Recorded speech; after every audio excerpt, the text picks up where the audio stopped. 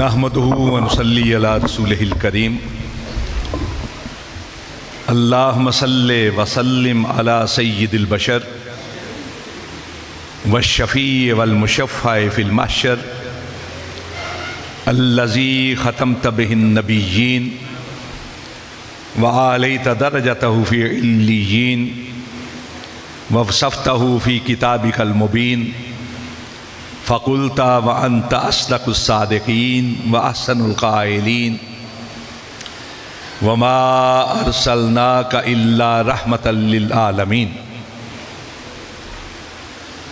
وہ آئے کہ جن کو لکھیے رہبر کامل رہنمائے اکرم، وہ آئے کہ جنہیں کہیے زندگی کا محسن اعظم، مبارک ہو زمانے کو کہ ختم المرسلین آئے، صحاب رحم بن کر رحمت للعالمین آئے۔ آج کی پروقار کانفرنس مجھ سے پہلے علماء کرام نے مختلف موضوعات کی مختلف جہات پر گفتگو کی ہے۔ میں فاروقی صاحب سے پوچھ رہا تھا کہ میرے لیے کیا حکم ہے، کس موضوع کو پکڑوں اور اس پر کچھ گزارشات آپ کے گوش گزار کروں۔ انہوں نے فرمایا کہ ختم نبوت کے حوالے سے، ختم نبوت کا موضوع بذات خود کئی جہتیں رکھتا ہے، کئی اس کے گوشے ہیں جن پر سیر حاصل گفتگو کی جا سکتی۔ سب سے پہلے تو یہ بات سمجھیے کہ ختم نبوت سونے نبی صلی اللہ علیہ وسلم کا ایک اعزاز بھی ہے اور امتیاز بھی۔ یہ در حقیقت مدینے والے کی عظمت کی دلیل ہے، آپ کی شان اور شوکت کا نشان۔ اللہ رب العزت نے سونے نبی پر نبوت اور رسالت کا اختتام کر کے آپ کو قیامت تک کے ہر علاقے، ہر قوم، ہر انسان کے لیے رہبر اور رہنما کا اعلیٰ مقام عطا فرمایا ہے۔ دنیا کے اندر کم و بیش 1,24,000 نبی اور رسول تشریف لائے، لیکن ہر نبی اور رسول خاص قوم کے لیے، مخصوص علاقے کے لیے اور محدود وقت کے لیے نبی اور رسول بن کر آئے۔ ایسا بھی ہوا کہ ایک ایک وقت میں ایک سے زیادہ نبی ہوئے، ایک ہی وقت۔ مثلا حضرت ابراہیم علیہ السلام کے ساتھ ساتھ آپ کے صاحبزادے حضرت اسحاق بھی نبی ہیں، حضرت اسماعیل بھی نبی ہیں، اور آپ کے بھتیجے حضرت لوط علیہ السلام وہ بھی نبی ہیں۔ حضرت یعقوب علیہ السلام کی زندگی میں ان کے صاحبزادے حضرت یوسف علیہ السلام بھی نبی ہیں۔ حضرت موسیٰ علیہ السلام کے ساتھ آپ کے سگے بھائی حضرت ہارون علیہ السلام بھی نبی ہیں، اور آپ کے عزیز حضرت یوشع بن نون علیہ السلام بھی نبی ہیں۔ حضرت عیسیٰ علیہ السلام کے ساتھ ساتھ آپ کے سگے خالہ زاد حضرت یحییٰ علیہ السلام بھی نبی ہیں۔ ایک ایک وقت میں ایک سے زیادہ نبی ہوئے، لیکن حضرات یہ جتنے نبی اور رسول تھے خاص قوم کے لیے، مخصوص علاقے کے لیے، محدود وقت کے لیے نبی اور رسول بن کر آئے۔ یہ صرف اور صرف آمنہ کے لال، مکہ کے در یتیم، مدینہ کے تاجدار، نبیوں کے امام، رسولوں کے سردار حضرت محمد مصطفیٰ صلی اللہ علیہ وسلم کو اعزاز حاصل ہوا کہ آپ کسی خاص قوم کے لیے نہیں، مخصوص علاقے کے لیے نہیں، محدود وقت کے لیے نہیں، بلکہ اعلان فرمایا قل یا ایھا الناس انی رسول اللہ علیکم جمیعا، سونے اعلان کر دیجئے کہ ایک کائنات کے رہنے والوں میں تم سب کی طرف رسول بنا کر بھیجا گیا۔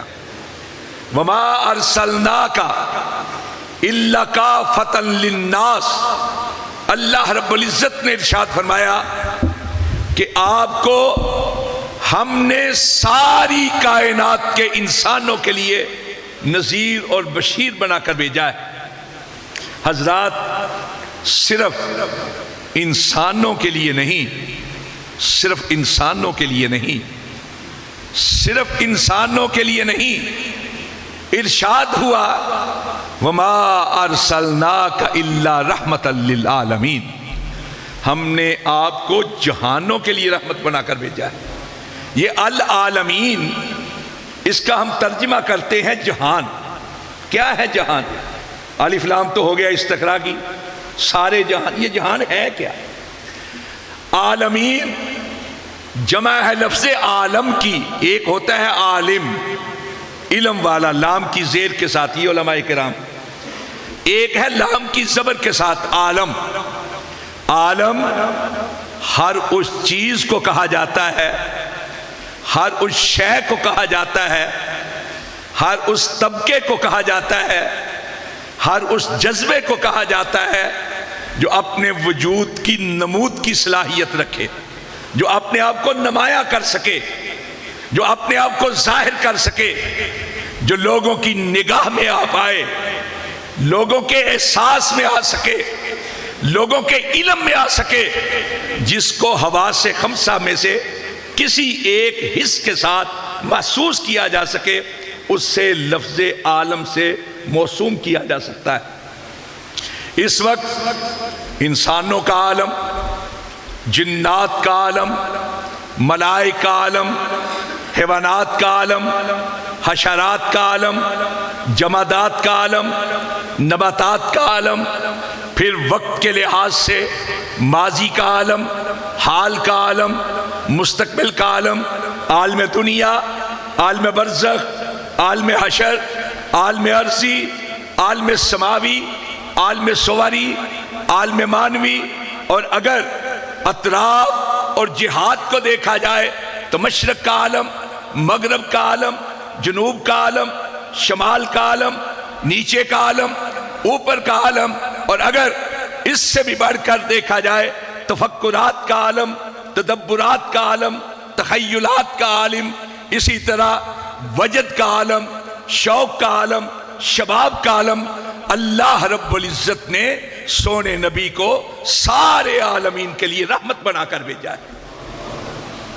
پہلے نبی خاص قوم کے لیے آئے، مخصوص وقت کے لیے آئے، محدود علاقے کے لیے آئے، محدود وقت کے لیے آئے۔ سونے نبی اپنی بعثت سے لے کر قیامت تک کے ہر دور کے لیے، ہر علاقے کے لیے، ہر قوم کے لیے نبی اور رسول بن کر آئے۔ اس لیے آپ کے بعد اب کسی اور کی نبوت کی ضرورت نہیں رہتی۔ ان الرسالۃ والنبوہ قد انقطعت فلا رسول بعدی ولا نبی، فرمایا رسالت اور نبوت کا سلسلہ ختم ہو گیا ہے، اب میرے بعد نہ کوئی رسول آئے گا نہ کوئی نبی آئے گا۔ تمت کلمت ربک صدقا وعدلا، آسمانوں سے انسان کی رہنمائی کے لیے وحی کا جو سلسلہ جاری تھا وہ بس ہو کر رہ گیا ہے۔ اور یہ عقیدہ ختم نبوت ایسا یقینی اور اتفاقی اس لحاظ سے کہ دنیا کے کسی علاقے کا رہنے والا مسلمان، خواہ وہ کسی مکتب فکر سے تعلق رکھتا، سنیوں کے کسی مکتب فکر سے تعلق رکھتا ہو یا شیعہ کے کسی مکتب، وہ اس بات پر اتفاق کرتا ہے کہ آمنہ کے لال کے بعد اب کوئی نبی بن کر نہیں آئے گا۔ اور یقینی ایسا کہ کہ امام احمد بن حنبل کا قول ہے، اور یہ قول امام ابو حنیفہ رحمۃ اللہ علیہ کی طرف بھی منسوب کیا جاتا ہے، کہ اگر کوئی شخص نبوت کا جھوٹا دعویٰ دائر کرے، اس جھوٹے سے اس کے دعوے کی دلیل طلب کرنا بھی کفر، دلیل طلب کرنا بھی کفر۔ اس لیے کہ اگر کسی نے نبوت کا جھوٹا دعویٰ کیا اور آپ اس سے کہتے ہیں اپنے دعوے کی دلیل دو، تو گویا آپ کے دل اور دماغ کے کسی کونے کے اندر یہ بات موجود ہے کہ سونے مدینے والے کے بعد بھی کوئی نبی آ سکتا ہے، اور اگر موجود نہیں اور نہیں ہونی چاہیے تو پھر اگر کوئی نبوت کا دعویٰ کرے تو فوراً کہنا چاہیے تو جھوٹا ہے، کذاب ہے، دجال ہے، مکار ہے، اس لیے کہ مدینے والے کے بعد نہ کوئی نبی آ سکتا ہے نہ کوئی رسول آ سکتا ہے۔ اس طرح کا یہ اتفاقی اور یقینی عقیدہ ہے۔ حضرات، میں اختصار کے ساتھ بات آگے بڑھا رہا، ہم یہ سمجھتے ہیں سب نے اس کے لیے کام کیا ہے، لیکن ہم پر زیادہ فرض عائد ہوتا ہے، اس لیے کہ ہم یہ سمجھتے ہیں کہ مسلک اہل حدیث نام ہی عقیدہ ختم نبوت کا ہے۔ کیا ہے مسلک اہل حدیث؟ کہ سونے مدینے والے کی ذات جیسی کسی کی ذات نہیں، تو اس کی بات جیسی بھی کسی کی بات نہیں۔ ہمارا یہ مسلک ہے کہ مدینے والے کی ذات کے ہوتے ہوئے کسی کی ذات کو نہیں دیکھنا، مدینے والے کی بات کے ہوتے ہوئے کسی اور کی بات کو نہیں دیکھنا، اس لیے کہ وہ دین جو آسمانوں سے نازل ہوا تھا سونے مدینے والے کی زندگی میں مکمل ہو گیا، پورا ہو گیا۔ الیوم اکملت لکم دینکم واتممت علیکم نعمتی ورضیت لکم الاسلام دینا، کہ دین آسمانوں سے نازل ہوا تھا، سونے نبی پر نازل ہوا تھا، مکمل ہو گیا، پورا ہو گیا، اور اس مکمل اور پورا ہونے کا اعلان اللہ رب العزت نے جبریل کے ذریعے سے نازل کیا، جو سونے مدینے والے نے اپنے وقت کے سب سے بڑے مجمع کے سامنے کھڑے ہو کر کہا کہ لوگوں دین مکمل ہو گیا ہے، دین پورا ہو گیا۔ دین بنانا اللہ کا اختیار ہے، کسی اور کا اختیار نہیں۔ دین بنانا اللہ کا اختیار ہے، اور کسی چیز کو دین بتانا رسول اللہ کا اختیار ہے۔ یہ اختیار صرف اللہ اور اس کے رسول کا ہے۔ دین بنانا اللہ کا اختیار، دین بتانا رسول اللہ کا اختیار سے۔ اللہ نے دین بنایا ہے، مدینے والے رسول ہیں، پیغامبر، کوئی بات اپنی طرف سے نہیں کہتے۔ وما ينطق عن الهوى ان هو الا وحی یوحی، کہ ہرگز نہ گفتاؤ تا نہ گفت جبریل، جبریل نہ گفت تا نہ گفت کردگار، گفتاؤ گفت اللہ بود ولے از حلقوم عبداللہ شود، کہ لوگو یہ محمد صلی اللہ علیہ وسلم نہیں بول رہے، یہ اللہ موتی رول رہے ہیں، زبان مدینے والے کی ہے، کلام عرش والے کا ہے۔ یہی مسلک اہل حدیث ہے، یہی عقیدہ ختم نبوت ہے۔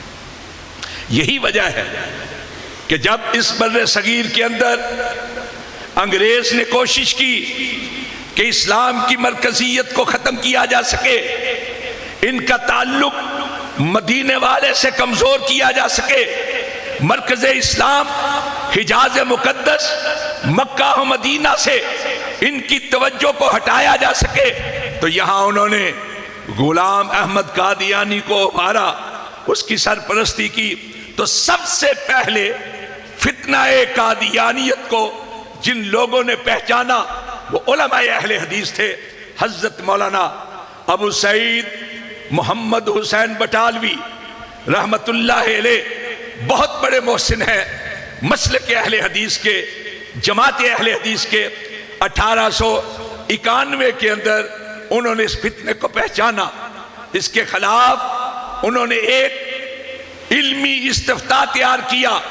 حضرت شیخ الکل فی الکل میاں نذیر حسین دہلوی سے اس پر فتویٰ لیا، پھر اس کے بعد پورے بر صغیر کا دورہ کر کے 200 کے قریب تمام مکاتب فکر کے علماء سے اس پر توثیق کروائی، آج بعض لوگ اس تاریخی حقیقت کو مندمل کرنے کی کوشش کر رہے ہیں۔ حضرات، یہ بات ہم دعوے کے طور پر نہیں کہتے۔ قادیانیوں کی کتابیں دیکھیں، خود مرزا غلام احمد قادیانی اس بات پہ چیختا اور چلاتا ہوا دکھائی دیتا ہے۔ اس نے اپنی کتاب کشتی نوح کے اندر لکھا، اس نے اپنی کتاب حقیقت المہدی کے اندر لکھا، اس نے اپنی کتاب حقیقت الوحی کے اندر لکھا، اس نے اپنی کتاب نشان آسماں کے اندر لکھا، اس نے اپنی کتاب تحفہ گولرویہ کے اندر لکھا، اس نے اپنی کتاب آئینہ کمالات اسلام کے اندر لکھا، اس نے اپنی کتاب انجام آتم کے اندر لکھا، اس نے اپنی کتاب ملفوظات کی جلد 7 کے اندر لکھا کہ سب سے پہلے مجھ پر کفر کا فتویٰ لگانے والے محمد حسین بٹالوی تھے اور میاں نذیر حسین دہلوی تھے۔ یہی بات اس کے بیٹے بشیر احمد نے سیرت المہدی کی جلد 2 صفحہ 251 پر لکھا۔ یہی بات مولانا ابوالقاسم سیف دلاوری، جنہوں نے رئیس قادیاں کے نام پر بڑی مقصود کتاب لکھی ہے، دیوبندی عالم دین تھے، انہوں نے اپنی کتاب رئیس قادیاں کے صفحہ 444 کے اوپر لکھا۔ اور یہی بات قادیانیوں کا 2010 کے اندر جو صدر تھا احمدیہ جماعت احمدیہ کا، اس نے اپنے ایک انٹرویو میں کہا۔ تو حضرات، سب سے پہلے فتنہ قادیانیت کے خلاف نکلنے والے، اس فتنے کو لوگوں کے سامنے رکھنے والے، اس کی تردید کے لیے، اس کی مذمت کے لیے اپنا تن من دھن صرف کرنے والے مولانا ابو سعید محمد حسین بٹالوی، میاں نذیر حسین دہلوی اور وہ 200 علماء کرام ہیں جن سے انہوں نے تصدیقی اور توثیقی دستخط کروائے تھے۔ پھر اس کے بعد سب سے پہلا مناظرہ مرزائیوں کے ساتھ 15 اپریل 1891 کو لاہور میدان بھائیاں کے اندر مولانا محمد حسین بٹالوی کا ہوا۔ کس کے ساتھ؟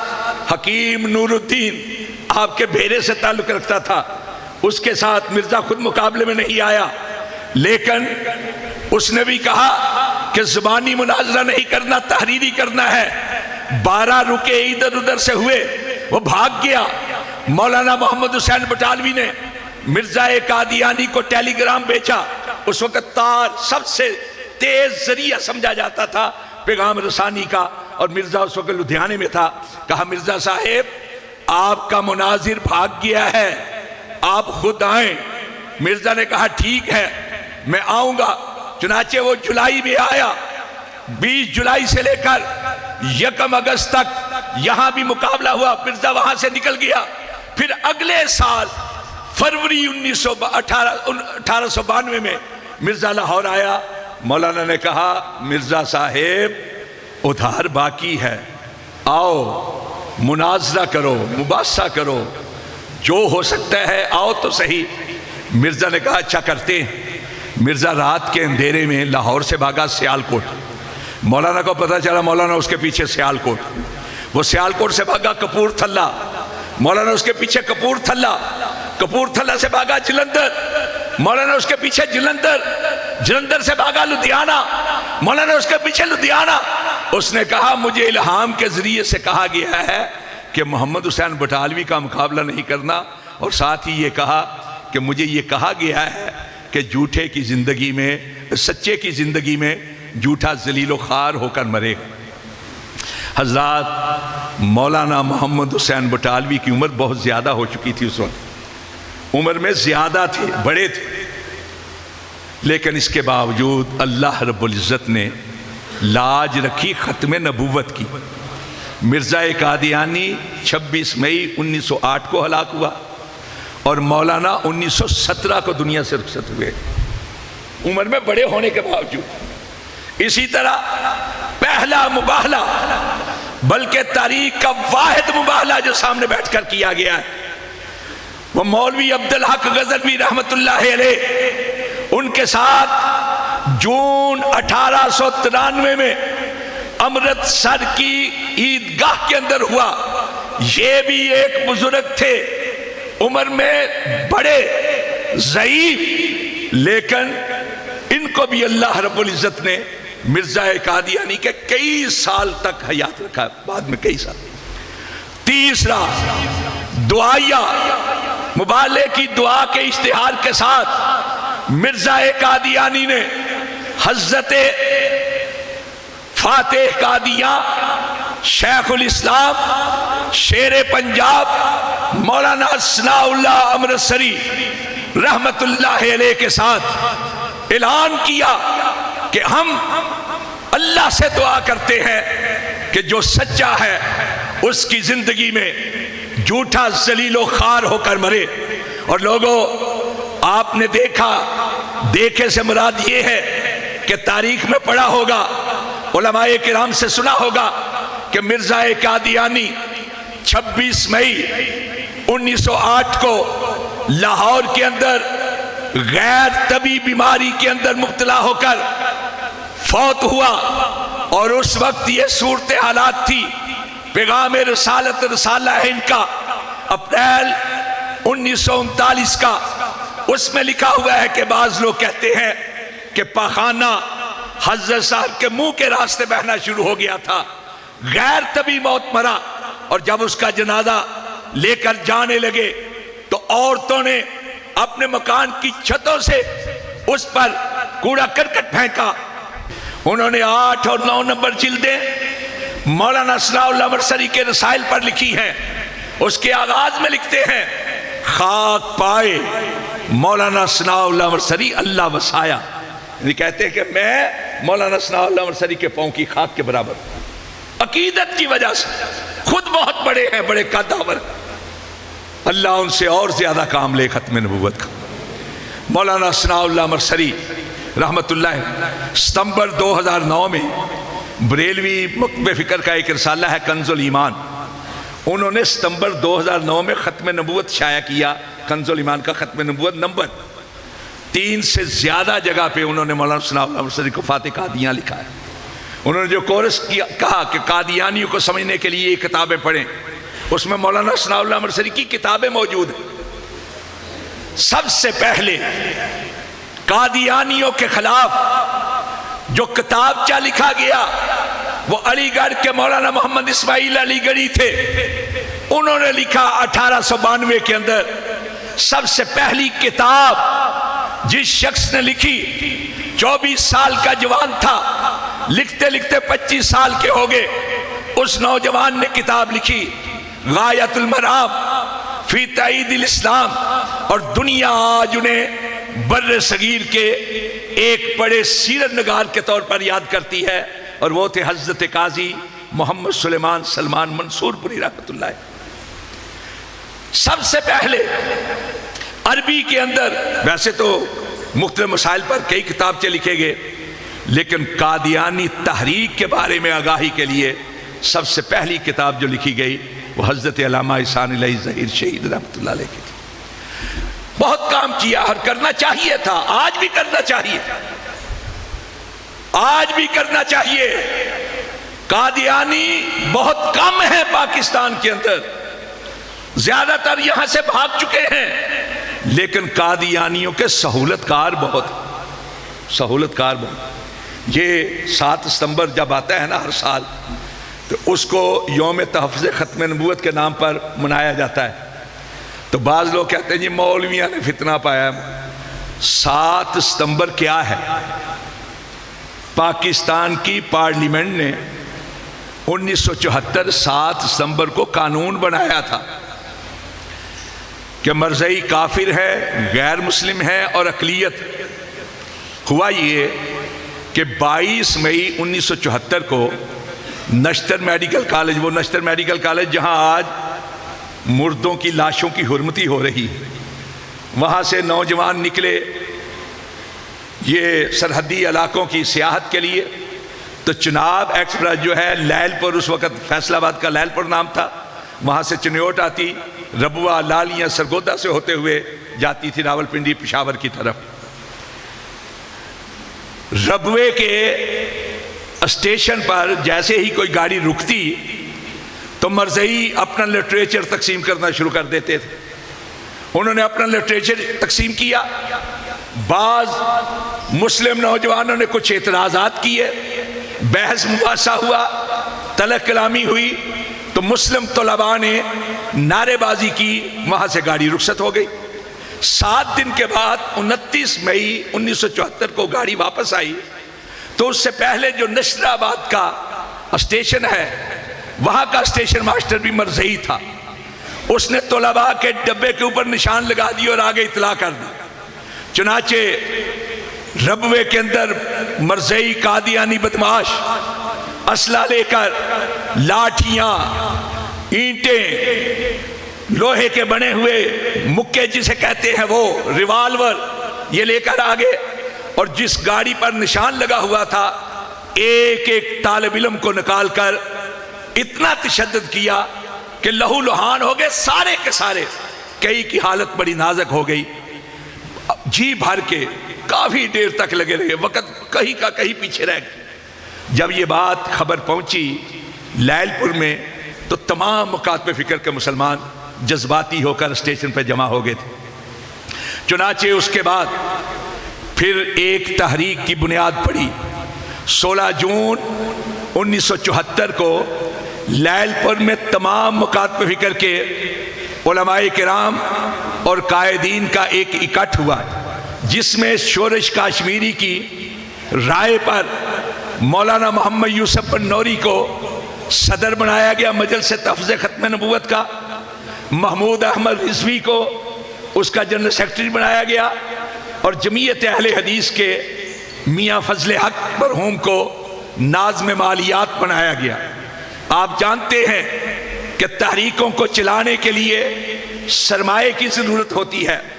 اس تحریک کے لیے جو سرمایہ فراہم کیا ہمارے بزرگ حضرت میاں فضل حق رحمت اللہ علیہ نے فراہم کیا۔ تمام مکاتب فکر کے ساری جماعتوں کے لوگ اس میں شریک ہوئے تھے۔ مولانا مفتی محمود بھی تھے، مولانا عبداللہ ککوڑا کھٹک والے بھی تھے، بڑے بڑے نام تھے۔ جمعیت اہل حدیث کی طرف سے میاں فضل حق تھے، شیخ محمد اشرف تھے، پروفیسر محمد شریف اشرف تھے، مولانا محمد صدیق تھے، حافظ عبدالقادر روبنی تھے، اور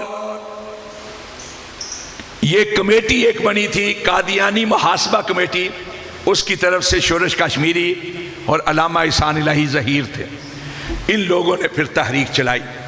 پھر 30 جون 1974 کو ایک پرائیویٹ بل اسمبلی کے اندر پیش کیا گیا۔ اس کے بعد ساری اسمبلی کو ایک کمیٹی کی شکل دے کر ان ہاؤس کاروائی شروع کی گئی، یعنی پوشیدہ رکھ کر۔ 28 اس کے اجلاس ہوئے، 92 اس کے سیشن ہوئے، اور ان سیشنوں کے اندر پارلیمنٹ کے اس وقت کے جو ممبر تھے اکثریت غیر علماء کی تھی۔ علماء کرام 8 یا 9 کے قریب تھے۔ ذوالفقار علی بھٹو وزیر اعظم تھے جو سیکولر سیاست کے علمبردار تھے، اپوزیشن لیڈر ولی خان تھے۔ ان لوگوں نے کھل کر باتیں کی۔ پھر اس وقت کے قادیانیوں کے سربراہ مرزا ناصر کو بلایا گیا۔ 13 دن تک ان کو اجازت دی گئی کہ کھل کے بات کریں۔ انہوں نے اپنا لٹریچر بھی تقسیم کیا، سوالوں کے جواب بھی دیے، حالانکہ ممبر نہیں تھے۔ لاہوری گروپ کے صدر الدین کو موقع دیا گیا۔ حضرات 3 مہینے کی مسلسل نشستوں کے بعد 6 ستمبر کے روز اس وقت کے اٹارنی جنرل یحییٰ بختیار نے ساری گفتگو کو سمیٹا۔ 7 ستمبر کو وزیر قانون حفیظ اللہ پیرزادہ نے ایک بل پیش کیا۔ پھر اس کے بعد ذوالفقار علی بھٹو وزیر اعظم نے 27 منٹ تک تقریر کی، اور ان لوگوں نے بتایا کہ پاکستان کے اندر جو قادیانی ہے وہ اسلام کے بھی دشمن ہے، پاکستان کے بھی دشمن ہے، مسلمانوں کی بھی دشمن ہے۔ ساری چیزوں کو مد نظر رکھتے ہوئے دینی لحاظ سے، سماجی لحاظ سے، معاشرتی لحاظ سے، سیاسی لحاظ سے قادیانیوں کو غیر مسلم اور کافر قرار دیا جاتا ہے۔ جب وزیر اعظم ذوالفقار علی بھٹو نے یہ اعلان کیا تو سب سے پہلے ولی خان نے آ کر ان کا ماتھا بھی چوما، ان کو مبارکباد بھی پیش کی تھی۔ وہ کتاب 2 جلدوں کے اندر موجود ہے، پوری کاروائی آپ پڑھیں اس کو، آپ کو پتا چلے کہ یہ لوگ کس طرح اسلام کے دشمن ہیں، مسلمانوں کے دشمن۔ آج لوگ کہتے ہیں جی وہ بھی کلمہ پڑھتے ہیں، یہ بہت بڑا دھوکہ ہے جو مسلمانوں کو دیا جاتا ہے، اس لیے کہ مرزا قادیانی کی ایک کتاب ہے ایک غلطی کا ازالہ، اس کی کتابوں کا ایک مجموعہ ہے روحانی خزائن، اس کی جلد 18 کے اندر یہ کتاب موجود ہے، ساری کی ساری کتاب اس موضوع پر ہے کہ لوگوں غلط نہ سمجھنا، حقیقت یہ ہے کہ آج کے دور کے اندر محمد بھی میں ہوں، احمد بھی میں ہوں۔ وہ لا الہ الا اللہ محمد رسول اللہ جب کہتے ہیں نا تو اس سے مراد سونا مدینے والا نہیں ہوتا، معاذ اللہ معاذ اللہ، اس سے بڑھ کر گستاخی اور کیا ہے۔ تذکرے کے اندر اس نے لکھا ہے یہی بات، اور یہی وجہ ہے کہ جسٹس خلیل الرحمان نے ہائی کورٹ میں فیصلہ دیا کہ تم جھوٹ بولتے ہو، لوگوں کو دھوکہ دیتے ہو اذان کے ذریعے سے، کلمے کے ذریعے سے۔ پھر اس کے بعد مرزا ظہیر احمد نے سپریم کورٹ کے اندر اپیل کی، سپریم کورٹ کے فل بینچ نے 1993 کے اندر یہ فیصلہ دیا متفق کا کہ مرزائی 420 کرتے ہیں، کلمے کے نام پر، اذان کے نام پر، مسجد کے نام پر لوگوں کو دھوکہ دیتے ہیں، ان کا اسلام کے ساتھ کوئی تعلق نہیں، یہ اسلام کے بھی دشمن ہیں، پاکستان کے بھی دشمن ہیں۔ میں یہ عرض کرنا چاہتا ہوں، بہت سا وقت آپ کا لے لیا ہے، گلا بھی گلا کر رہا ہے، میں صرف یہ عرض کرنا چاہتا ہوں کہ ختم نبوت سونے نبی صلی اللہ علیہ وسلم کی عظمت کا نام ہے، آپ کا اعزاز ہے، آپ کا امتیاز ہے، اس کی حفاظت ایک ایک مسلمان کے ذمہ ہے، اس کے لیے کام کرنا چاہیے، اور یہ مت سمجھیں کہ یہ صرف علماء کرام کا کام ہے، ہر وہ شخص جو مسلمان کہلاتا ہے وہ اس کا ذمہ دار ہے۔ اللہ رب العزت سمجھنے کی توفیق عطا فرمائے۔ واقول قولی ھذا استغفر اللہ لی ولکم اجمعین۔ یہ تھے غازی اسلام رانا شفیق خان پسروری صاحب،